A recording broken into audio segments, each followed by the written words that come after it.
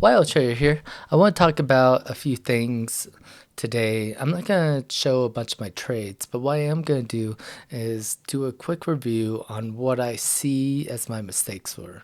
The short version of the story is I didn't do well, but I did get a couple takeaways that will probably help me tomorrow and hopefully next week and onward. So let me get into that. You look up there, you'll see how not to make $1 million, how to lose $3.1 million over a slow bleeding bleeding day. Okay, okay, I didn't do well today.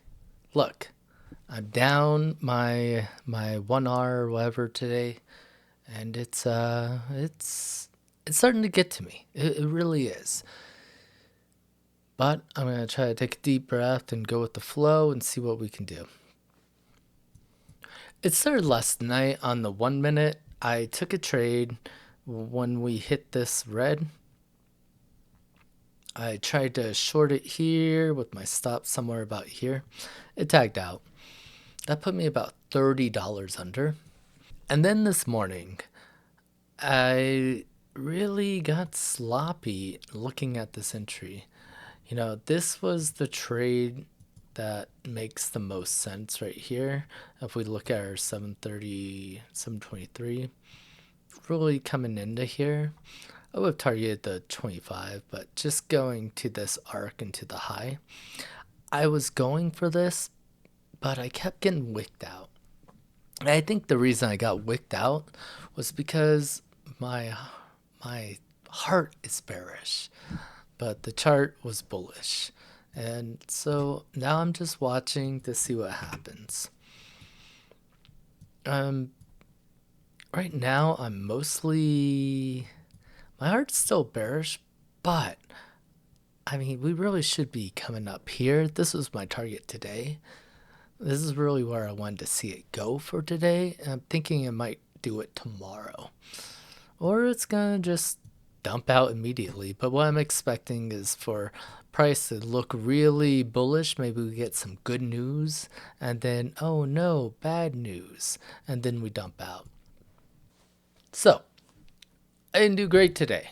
What do I want, and what do I want to do about it? Well, I want to trade a little better. I want to trade a little less stress free. So I'm going to pay attention to that high time frame bias and really focus on that. And for tomorrow, that's going to be my 4 hour. That's going to be where I'm basing my decisions off of. And so I want that to rule my decision making, not the smaller time frames.